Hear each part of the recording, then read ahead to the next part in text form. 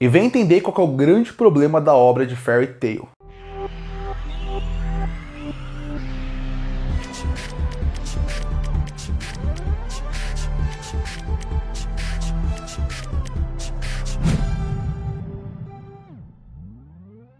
Fairy Tail é um dos animes shonen mais conhecidos da década de 2010. Magia, amizade, batalhas épicas, mas também muitas polêmicas. O que aconteceu com Fairy Tail? Por que tantos fãs se decepcionaram com o final e até com o rumo da história? Hoje eu vou falar quais são os problemas com Fairy Tail. Pra quem não lembra, Fairy Tail foi publicado entre os anos de 2006 ao ano de 2017 e foi completo com 63 volumes, escrito pelo autor Hiro Mashima. Vale destacar, Fairy Tail também foi um mangá que ganhou alguns spin-offs que mostram continuações ou até o que aconteceu antes do começo da história de Fairy Tail que a gente acompanha.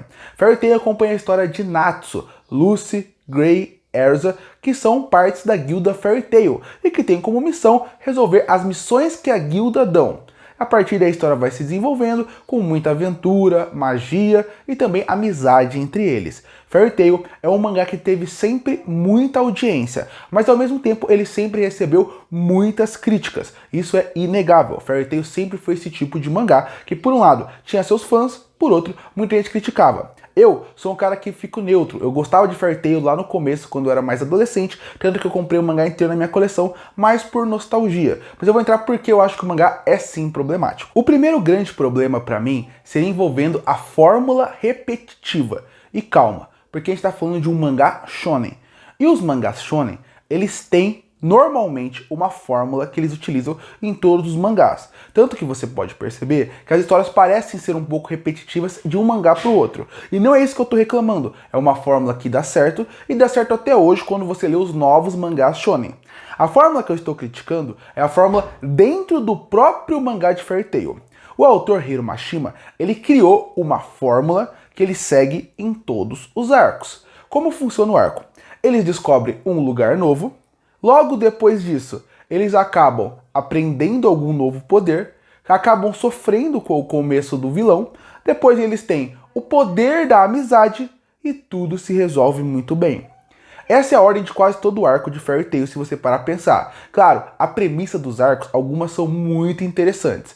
Tanto que um dos arcos que mais me marcou em Fairy Tail foi quando eles ficaram na ilha, que teve um time skip praticamente, que eles pararam o tempo.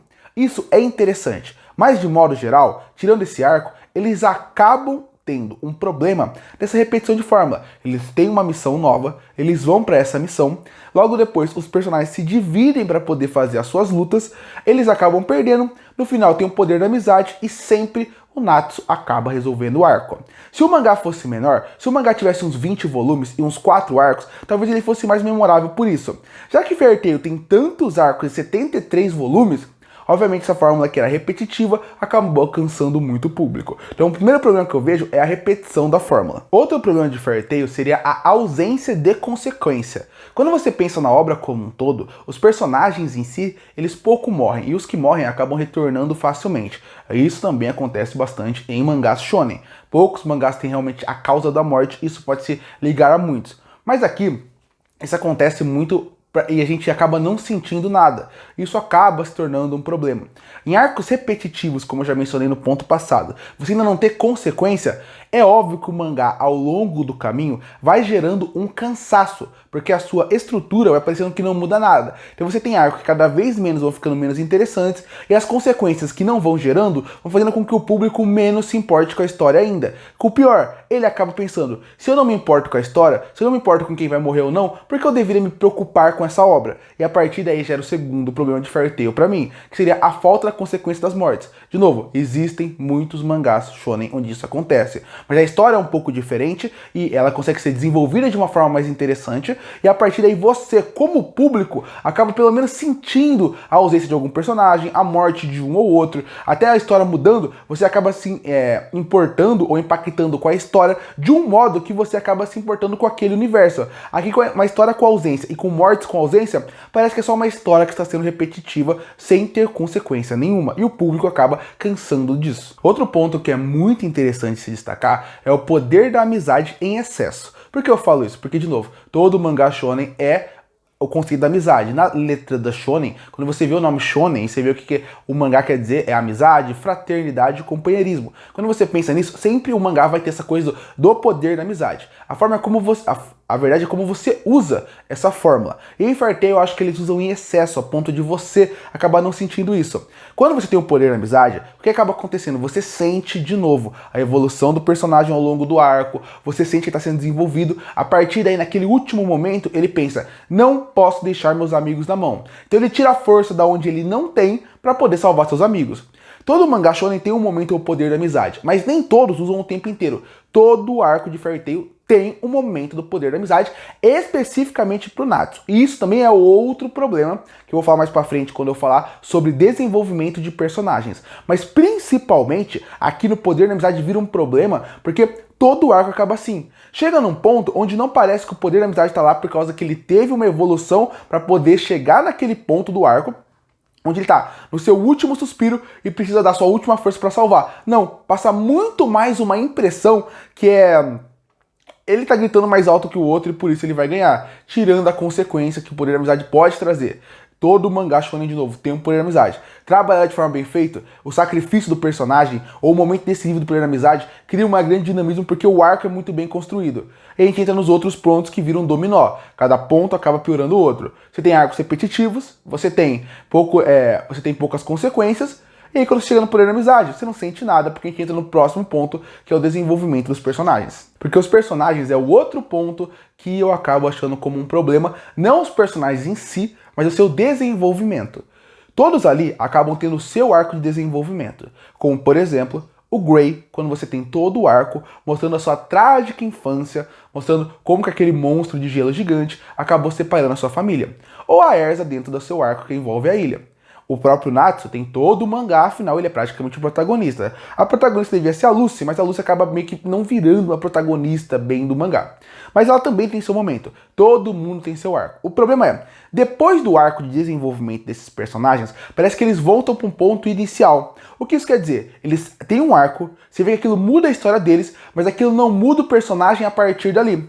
Quando o Gray realmente percebe que ele tem a sua família ainda, que a Fairy Tail é a sua família, aquilo afeta pouco ele nos próximos arcos. Parece que o arco dele começou, terminou, mas ele voltou a ser o mesmo personagem a partir dali, e não que ele teve uma evolução para mudar quem ele era a partir dali. E isso é um problema. E aí a gente entra no outro problema, porque se acontece com os personagens principais, os secundários são menos desenvolvidos ainda e geram esse mesmo problema. O desenvolvimento, ele acontece, mas a consequência para a obra não é mínima. E isso é um problema. E a gente tem um problema do Natsu. Porque o Natsu, eu não acho ele um protagonista tão ruim. Afinal, como personagem de Fairy Tail, eu acho todos carismáticos, envolventes, com uma boa química que faz o mangá funcionar muito bem, mesmo por 63 volumes. O problema é, todo arco o Natsu tem que resolver. E nem todo arco o Natsu deveria resolver. O arco do torneio, por exemplo, ele deveria resolver. Mas quando você pega o arco do Gray, ele é um arco que deveria ser do Gray.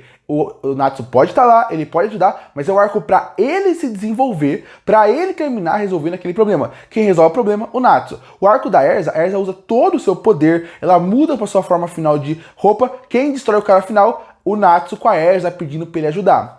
Eu acredito que isso é um problema também. O Natsu é um protagonista que ele acaba gerando até uma antipatia pela maioria das pessoas, que pra mim não gera. Mas pra mim o motivo de gerar antipatia é porque ele é a mistura de muitas coisas que eu já mencionei aqui. Ele é alguém que normalmente resolve todos os arcos, mesmo ele não precisando estar no arco exatamente, ele precisa só um suporte, com mais um problema. Ele é um personagem que em muitos momentos você não vê uma evolução tão grande. Então tudo isso acaba vendo um problema para os personagens em questão de desenvolvimento, porque eles são legais, são divertidos, são carismáticos. E a arte do Mashima é muito boa. Então os arcos eles acabam até funcionando bem, mas quando você pensa como um todo, isso também é um problema. A forma como o Natsu, como personagem, ele acaba até travando o desenvolvimento de muitos outros que deveriam ter mais espaço. Parecia que o Hiro Mashima gostava tanto de desenhar o Natsu, tanto fazer o Natsu, que ele tinha que ser o protagonista de toda a história. E ele é o protagonista. Mas eu acho que em alguns arcos, em alguns momentos, os personagens deveriam ter o seu momento. Então, tendo o seu próprio arco, eles se perdem. E depois do seu próprio arco, você vê pouco desenvolvimento deles para a história. Você não vê que eles mudam a personalidade de quem eles são depois do seu arco. Parece que eles voltam a ser o que eles eram antes do arco começar. E aí eu chego na conclusão do vídeo, que é o seguinte: eu não acho Fairy Tail uma obra ruim, mas eu acho que ela está muito longe de ser um clássico shonen. Eu acho que isso aconteceu exatamente pela forma como a fórmula foi utilizada como um todo. Ele é um mangá que eu consigo me divertir lendo ainda. De novo, eu tenho um fator nostálgico, porque já que ele lançou em 2006 o mangá, eu li pela minha adolescência inteira ele. Eu acompanhava ele semanalmente. Então eu tenho essa sensação. Só que quando eu acabei o mangá na minha coleção e resolvi reler ele, para ver como é que era, eu senti essa diferença de leitura. Mais velho, agora também com mais experiência e mais mangás na bagagem de leitura, você sente que tem todos esses problemas que eu não via na época. Eu ainda acho que é um mangá que dá pra se divertir lendo. Eu ainda acho que os arcos, em alguns momentos, funcionam muito bem. O Hiro Mashima tem uma boa arte, que faz funcionar bem também a sequência de ação. O problema é que cada ponto aqui, você vê que acaba gerando uma preocupação. Se antigamente eu achava ele bom mangá e não entendia, porque as pessoas odiavam ele, hoje, lendo de novo, eu acho ele só mediano. Não entendo o ódio ainda, não acho que ele merece tanto ódio como muita gente faz. Tem muito mangá pior, mas mesmo assim, hoje relendo, eu fiquei mais decepcionado, porque vendo outros pontos, eu percebo que ele realmente vacila em muita coisa que entrega. Concluindo, o que você acha de Fairy Tail? Qual foi a sua primeira experiência com a obra? Comenta aqui embaixo. Eu volto no próximo vídeo.